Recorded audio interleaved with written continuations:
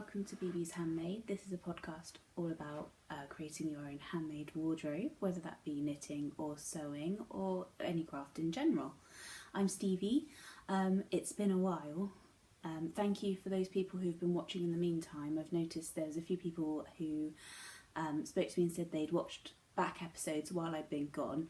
For those who didn't know, I had a baby in May, a long time ago now, end of May, and I had a little boy, and his name is Theo, and he is lovely, but he is full on, seriously full on. So what I've ended up doing is looking after him and not doing very much else, unfortunately, although I have now been knitting.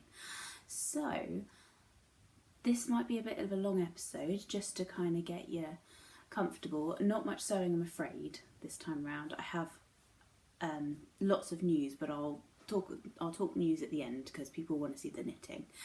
So without further ado, let's get going. So it has been forever, literally forever, and I'm very sorry about that. I think it was a confidence thing a little bit for me. After having Theo, everything changed a bit. We decided to move. Again, I'll talk about that more in chatter maybe. And so for the eagle-eyed among you, you will notice that I am not in my sewing room. I am in my new living room, which is brilliant. And I do have a sewing room. It's just a tip at the moment. So we'll leave that to the side. So yes, I am back and I am intending to podcast a little bit more. I don't have a lot of time without Theo at the moment. Obviously that will change as I go back to work and those kinds of things, but I've been trying to podcast for weeks, so I'm not going to promise to do really regular podcasts again at the moment, but that's not to say that there won't be podcasts turning up. So what have I been knitting?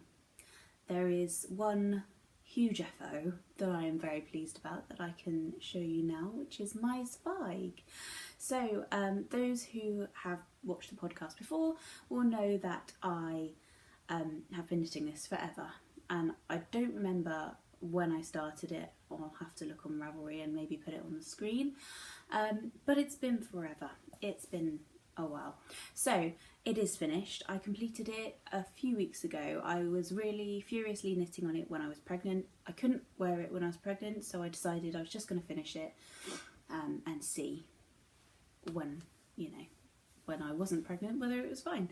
And it is, and I'm really pleased with the fit. So I made a large up until the end of the colourwork, and then I added the increases just here to make it a extra large, which is quite roomy actually, and I'm kind of happy with that. Excuse, there we go, just give you a bit of a look at it. So yeah, it's definitely roomy. You can see the back. I absolutely love the texture. The lace work is blocked out beautifully. The yarns, if you are new, are Life in the Long Grass in Antique, and this is Lay Family Yarns, the Cornish way. So I'll give you a bit of a close-up of the lace. It is really stunning, and I'd finished the yoke 100 years ago. It literally was just the plain knitting in fingering weight yarn. It took forever, but I'm really pleased with it. I mean, the sleeves could be a touch longer. I did keep knitting and keep knitting. When I blocked, they did actually sort of come to my wrist. It's fine. I could have been doing it forever, and I was ready to be done. So yeah, that is my first FO, and I think it's my only FO, sadly, in all this time, but I have been knitting, so let's go on to something else. So another thing you will have seen a little bit of previously was my Audra shawl, and so this is a pattern by Ambah. I started it again a million years ago. It is striped mohair with fingering weight yarn, and then there's a fingering weight yarn used for the lace. So last time I podcasted, I don't think I'd started the lace. So I think I was about here. So that has grown significantly and we are now here. So I'm really pleased with it. It's taking ages because it's fingering weight yarn.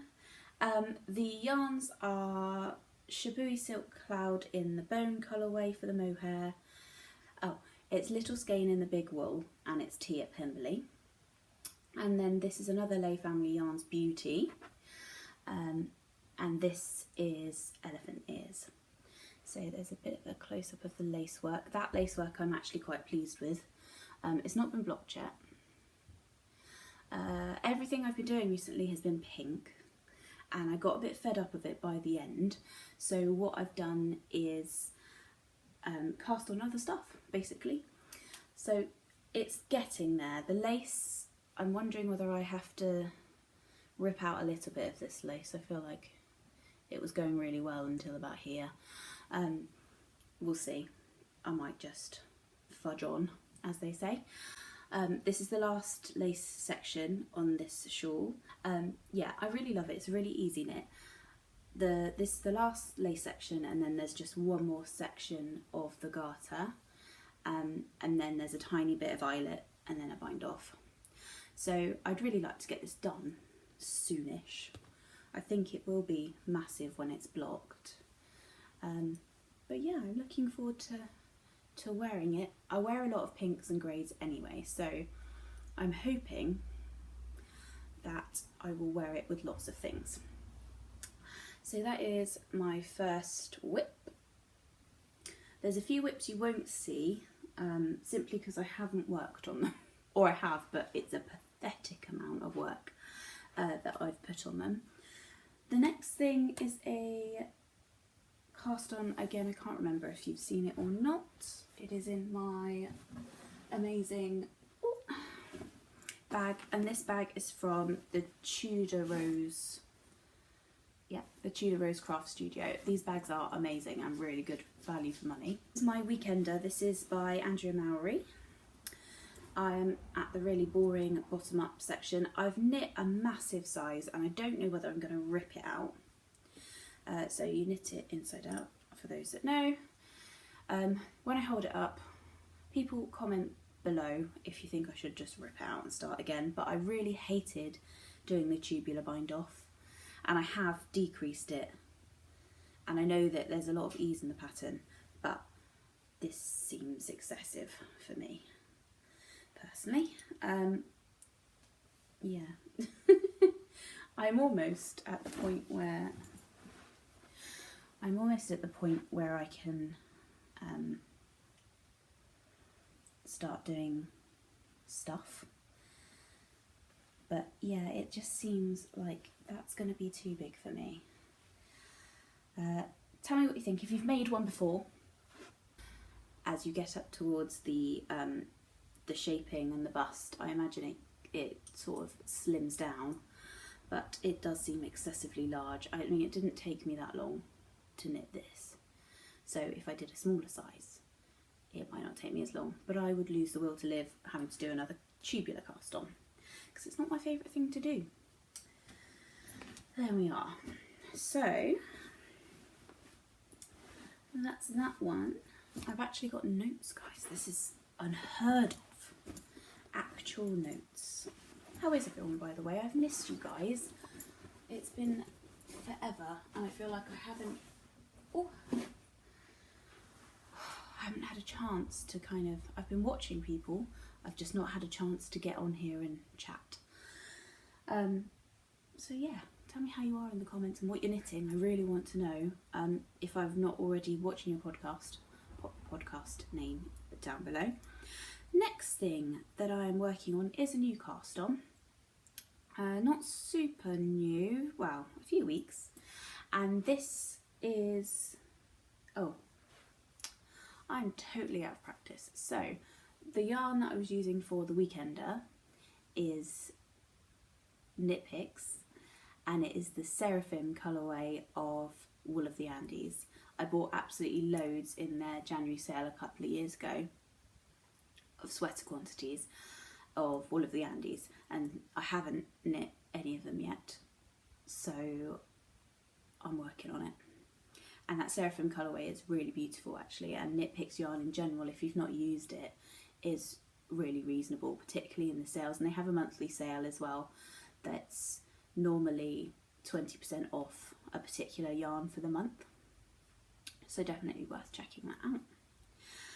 Back to independent yarn dyers now. This is the start of the Flux Light, and this is a pattern everyone knows by Tin Can Knits. I don't know if I'm in the middle of a row, I don't think I am.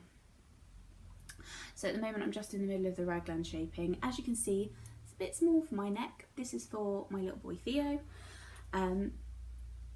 It is in Mr. B's yarn, it's in their fingering weight, and this is Picky Out the Stingers, which is a Bristolian reference, which I love because that's where I'm from. I don't live there now, but it just made me laugh. When you're a kid and you fall in stinging nettles, that's what it's referring to. You might have seen this on an acquisitions that I've done previously. So yeah, I've done the garter texture, which is lovely, and I'm really enjoying it. I think I've knit the 18-month size. He is not currently 18 months, so I'm hoping that it will fit him for a little while. He already has one, bless it. Somebody from my knit group very kindly knit him one before he was born in a yellow, and he looks so cute in it. So I put him in that all the time. So I'm really looking forward to him having another one in a slightly bigger size, so that when he grows out of the yellow one I won't be quite so sad, because I am going to be really sad. And also I really love this yarn. So as I was saying, I am constantly knitting in pink at the moment, and I am a bit bored of pink. So I cast this on simply so I didn't have to look at something pink. And I really love how the colour's knitting up. It's kind of this sort of, almost like a camo, but with this lovely tealy blue. There you go. Yeah, it's lush. Really like it. So thank you to John and Claire for making this. I went to one of the Flock Fibre meetups in the summer, and I will show you in acquisitions what I got there.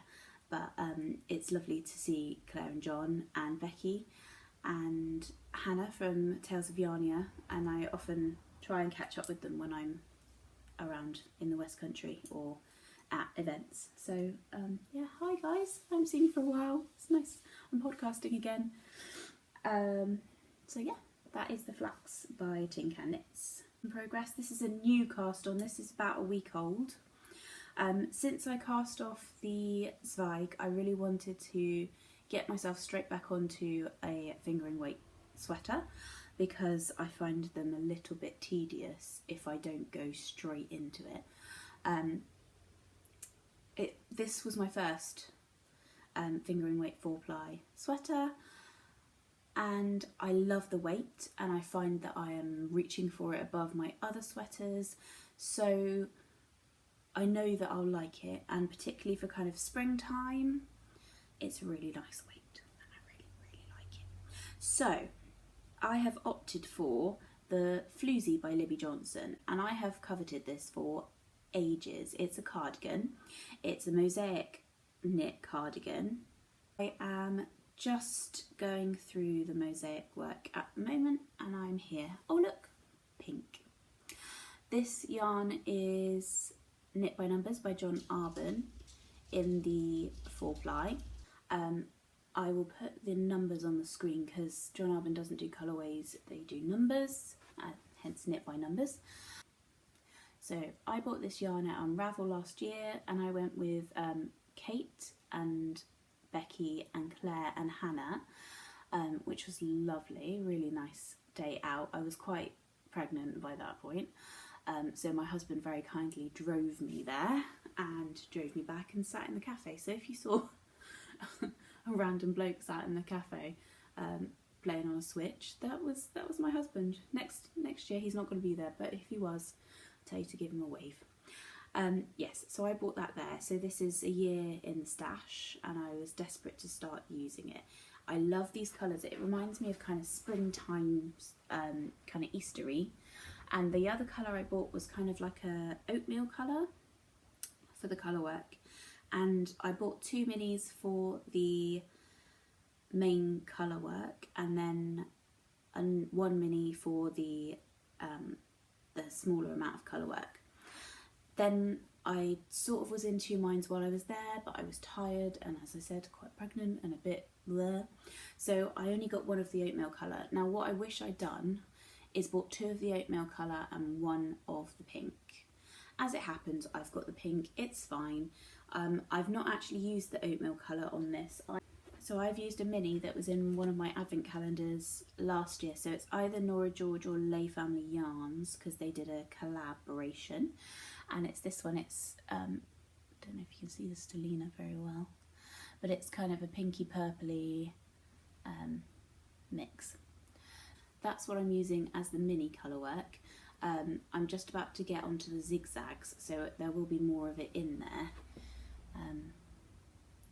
There's sort of 1 splodge of purple so far that I can see. But yeah, I think I prefer the white in it compared to the cream because I don't think that there was enough contrast.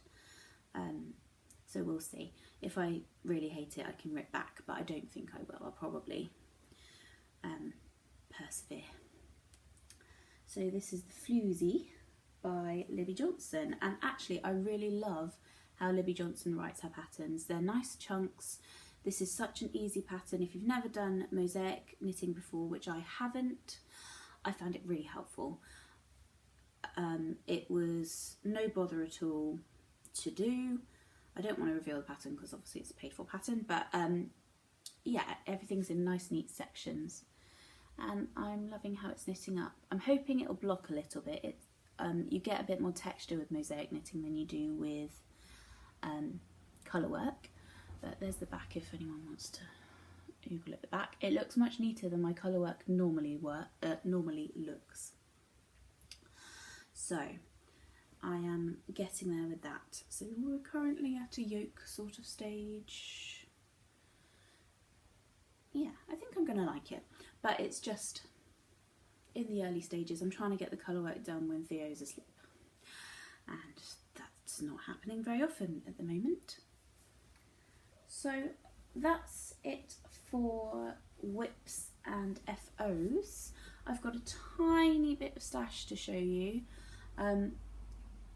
I've been pretty good actually with stashing since Theo was born. I've only been to a couple of events, as I said, Flock Fibre in, I think it was June, and I bought a few Mr. B's yarns, and I've been to Bath a couple of times, and I visited a yarn story, which is an amazing shop. If you do go to Bath, please go. It is a little bit of a walk out of the centre of town, and not really buggy friendly. Walcott Street in general is not very buggy friendly, but that's okay. It's a really lovely shop in Bath, and if you are a knitter, you need to go and visit. It has a lot of American yarns there, so if you are American, you might find that a lot of the stuff is things that you can buy and are readily available, but they also have things like Libby and Aimee, Spin Cycle, those sorts of things. They've just started to have Shibui as well. So yeah, it was lovely. I went with my mum. My mum is not a knitter, so she sort of sorted out the baby while I just kind of scrambled around, and I ordered stuff after being there as well. So yeah, so this is going to be a very short episode by the looks of things, but that's okay. It's more of a kind of introduction into, or back into, podcasting, because I have missed it. Okay, so we're at the acquisition section. There's not an awful lot, which is unusual for me. As I said, I haven't really been knitting, so I haven't really been stashing that actively. I have quite a lot of stuff. So as I mentioned, we moved, and I didn't get rid of an awful lot when we moved, but I did sort of focus down, okay, you've got quite a lot of yarn and fabric, and so we don't need too much more going on. Now, I didn't totally ban myself because that doesn't tend to work for me, unfortunately. That sort of fuels me to go get some more. So I'm hoping to go to Unravel in February. I'm not going to restrict myself from buying something. I'm just going to restrict myself a little bit with kind of the fingering weight yarns because I've got a few in acquisitions. So, as I mentioned, I went to the Flock Fibre Meetup Festival. It's run by Claire Bird and John Bird, who are Mr. B's Yarn, and also Claire makes project bags under Bird Street UK. And they had a little pop-up shop and a knit afternoon type thing, and it was brilliant, and it was so lovely to see them and catch up. They were very busy. I also saw Hannah from Tales of Yarnia as well, who you all know I've test knit before, and she's a lovely friend, so it was great to see them. I went round Unravel with them last year. I won't be doing that this year, but if I bump into them it'll be amazing. So I picked up a couple of skeins. I was very tempted to get a sweater's quantity of Jasper in the DK to knit an arboreal sweater by Jen Steingas. So I was very tempted to do that. I resisted because of maternity leave, but then I sort of regretted it. I still haven't bought it, but but what I did buy was the colour that I wanted to go with it. It's really nice and logical. So this is Bourgeois, and this is the Elba DK Base, and it's a 75/25 superwash merino nylon. It's 225 meters for 100 grams. That colour is a little bit brighter than it is. It's a little bit more plum colour. It's probably the light. Let's see if I can get it. That's probably a bit better. It's lovely, a really dense, rich colour. Bit out of my comfort zone, maybe a touch. I do like purple, but with that Jasper orange, oh my god, what a combination. But super expensive for a sweater at this moment in time, so I just bought that one. I'm just going to keep it just tucked away. I don't have a plan for it just by itself. We'll see. So yes, that's that one. And then I also got in the Elbe DK Fledgling, and I got 2 skeins of Fledgling. They have lots of lovely blues, but this one's got kind of splashes of indigo and a kind of gold colour. That's quite good representation, and it's kind of this sort of robin's egg blue. It is super lovely. It's a really lovely squishy DK base as well, for those who haven't ever bought Mr. B's yarn, and it's a fairly reasonable price as well. You know, it's hand dyed yarn, and they work really hard at getting fabulous colours, and the photography and stuff that John does is really good. Their branding is fab. So yeah, I bought those 2 at Flock, but as I said, I got 2 skeins of this. The reason I bought 2 of these is because I was looking at doing the Comfort Fade cardi, and I have lots of single skeins of DK in kind of blue tones in my stash, and I had a few from Dusty Dimples. I had 2 skeins of Heart Floats, which is a slightly darker blue than this, but it's these sort of tones. So I've been sort of stashing slowly different DK yarns to make a Comfort Fade cardi in these blues. So I'm hoping to get that done soon.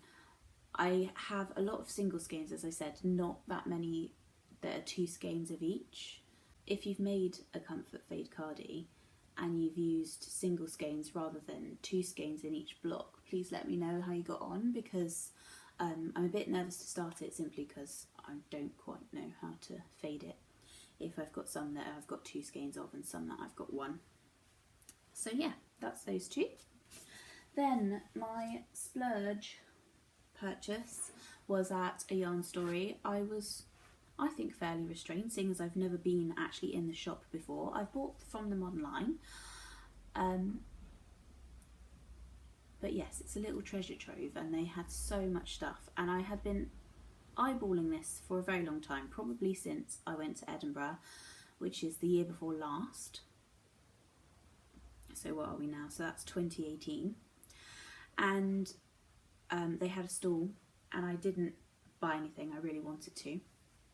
And there was one particular colourway that I kept going back to, and in the end I thought, I'm just having 3 skeins of the Merino singles, because they're 400 yards each, so that's enough for a sweater. Fingering weight again, I know. But yes, this is peanut butter and jelly. It is a well-known Aimee colourway. Those who don't know, Aimee is based in Paris. They have a lovely shop there, but this was bought from a yarn story in Bath, who I think are their, I don't know if they're their only stockists anymore. I think Loop might have some, but they were for a very long time. It's so beautiful. This is a Merino singles. I've never knit with singles before. From what I've heard, compared to Merino nylons, they pill less. I don't know if that's true. So I'm looking forward to it. That doesn't make sense to me, because surely if it's a single ply, I don't know. I might be talking total rubbish. Probably am. But I bought the Merino singles, and the next one that I bought recently, and that is also Aimee. And I shouldn't really put them in the same frame because they look like the same colourway. This is Littoral. Sorry if I've butchered that. So Littoral. I didn't look it up to see what Littoral is, but I will, if I do, I'll put it up on screen. So I've got 3 skeins of peanut butter jelly, and I've got 3 skeins of Littoral. So they could both be separate sweaters, but I think they also play really nicely together. So if I've got any leftovers, I might have to do something with them together. They're both the single ply Merino singles, which is 400 yards, 366 meters, and it's 100% superwash merino. Not that it matters because I always hand wash, but yes, so that is acquisitions. So actually fairly restrained, although yes, I do have I have more than 1 skein of some of these things, but I thought that wasn't too bad for the amount of time that it's been. So thank you for sticking with me if you have so far. If you haven't subscribed or liked, please do. It would be lovely. I'm hoping to do more and more. It's taken me a bit more confidence to get back on YouTube. If you have liked and subscribed over the last few months, thank you very much. Hello, welcome. Sorry I haven't been here for a little while. It's been some big life events. So, as I said, I had a little boy in May, and his name is Theo, and he is really gorgeous. All mums say that, don't they? He was very late to the party, which was really annoying to me because I hate being late for anything, but he was 2 weeks late. I'm not going to go through a birth story or anything dramatic like that, but he made himself known. He was really good to start with, and then now we're starting to get into the moving and the crawling and all of the stuff. He's into everything. So I spend my days picking stuff up out of his way, picking him up out of danger, all those kinds of things. So it's been an adjustment. I was very happy and very independent before, spent a lot of time on my own. So not having time on my own to do my own thing has been a bit of an adjustment, but we're getting there and we're getting some balance back, which is partly why I'm podcasting. So so Theo arrived, and for something to do I decided to go and have a look at some some houses, as you do, and within a bit of a shock move, we ended up moving house when Theo was about 4 months old, 5 months old. So we moved at the end of October, and it was very quick. It wasn't as quick as they said it would be, as it always is, but it was quite a stressful time, as you can probably imagine. For those who know, I was in a little 1930s terrace before, and we were able to move into a nice big 4-bedroom house. So it was great, but super stressful. And so since then, it's been sorting the house out. Christmas has happened, all with kind of Theo in tow. So it's been busy around here, just not on the knitting front, sadly. But I'm hoping that will change. So in terms of knitting plans, I'm going to come back to you with maybe a little separate video for knitting plans. I did previously record a video, an entire podcast actually, and I may well edit that and put it on my channel. Please don't be confused if the episodes are a little bit the wrong way around. I'm going to look at the footage. It's been a long time since I've done any editing, and I was very, very pregnant at the time, so I could have been talking absolute waffle, as I was very grumpy at the late arrival of my son. So yeah, that's where we are at the moment. I'd love to know what you guys are knitting. I'm trying to keep on top of podcasts. Podcasts have been super helpful for sitting and breastfeeding for hours on end, and all of those kind of things we do when we've got tiny little ones.